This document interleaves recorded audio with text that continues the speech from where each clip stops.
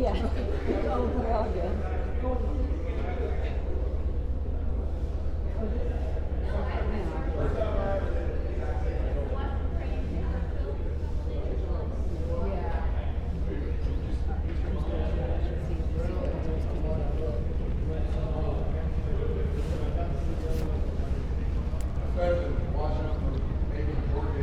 I believe.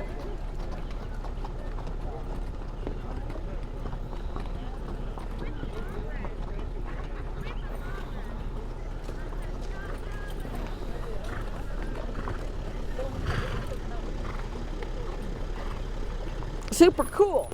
I was happy with both of them. I think there was a little bit of difference in weight on them, and then when we weren't really going for any certain time, so we just kind of was setting Everland up to break off and make sure she was going to take the dirt, and it didn't even phase her. So, up until today, I was probably a little nervous that she wasn't going to handle the dirt as well. And when Abel came back with a big smile and he was happy and how good she's feeling and looking, I think it put me in a lot better mood. And Maxisuperfly is going to go in the 8 bells? Last night I just got a chance to really look at the noms and try to see who I thought would go in there, and there's a lot of speed in there, and that is my original plan. I know the turf race has got some pretty good ones that are going to go in there, but I don't know that it wouldn't be more of a fair shot of her getting the lead and doing things, getting her trip, so. And maybe the turf, I think she'll like the dirt, but the English Channel and stuff on the turf, I think could, maybe she'll even get better on the turf. Has it sunk in for you that you got a horse in the Kentucky Oaks?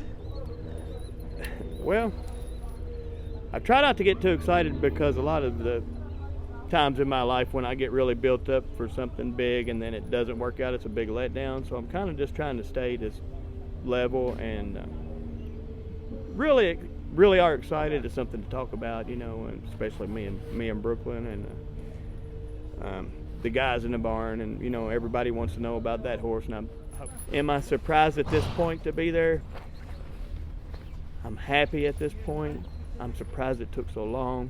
So many days of work. It's a lot of, maybe 10 years isn't a long time to get to be competitive or in the graded races, but when you get up every morning at 4 o'clock, it's a long road. So that meet you had at Turfway, winning your training title, that was your first training title anywhere, right?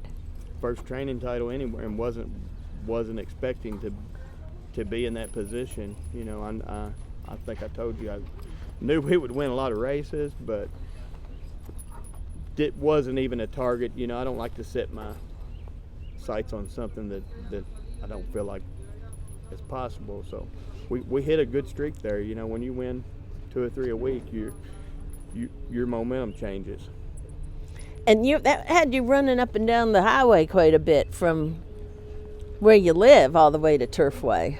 A lot of miles. I've been on the road, and not only is there not any shippers coming from Owensboro, but I also like to go with the horse anyway, and try to make it a point to be at as many races as I can. I feel like these guys are paying you to train their horse, and Brooke, my wife, is, I'm training her horses too. I need to do my best, and it's hard for me to play trainer on the phone with my help. So I like to be able to see my horses and be with them as much as possible. How far a drive is that from Owensboro, where you live in Utica, actually, to Turfway? Turfway's about 3 hours. So by the time you stop, it's about a 7.5 hour round trip. 4 days a week, and you got to remember, I ride a lot of horses, and I ride not a lot, but I ride horses about every day, and I'm there in the barn. When we get a shoe, we also don't have a farrier next door at home. So when a shoe comes off, I'm the repairman. When we have a problem on the farm, I'm the maintenance guy. We have it's got a lot better. I have a lot more resources as far as help. I have like a guy that comes and helps me with a lot of stuff other than the horses, and then just the help is we've really benefited from having quality help, and it's the same as you said. Did you expect to be here? Things happen quick. When I always knew they would, but I told Brooklyn, I said, whenever things get to rolling, I think they'll go fast, and that's kind of how it worked out. You know, we went from having 1 to 2 good guys helping to now I feel like we have the best barn crew, you know, and that makes a big difference. So when are you shipping to Churchill? The Friday is my plan. Almost like basically the last, as late as you can, because you didn't get stalls there, and you're going to have to do a lot of. I mean, how are you going to? That's going to not be an easy time for you. You have to remember we're going to be running horses at Indiana, and even though I'm going to be busy, they're still not going to be. I'm still going to have to take some of them. I'm going to be at some points that week. I'm going to be at 4 different places.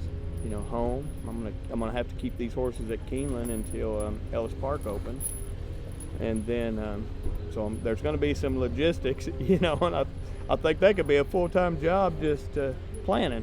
Home, Keeneland, Churchill, and Indiana. Yeah, you know, Indiana will be like race day, yep. Take a horse and run, and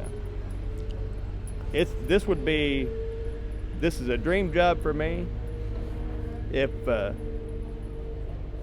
If this wasn't something you enjoyed, it'd be a terrible job, you know. It would be, you never, you know, that gives me and like my wife, we don't have to talk about horses a lot. We enjoy it, you know, so that's good to have somebody to, you know. And there's another thing, if I didn't have Brooklyn, it would be tough to do this job also.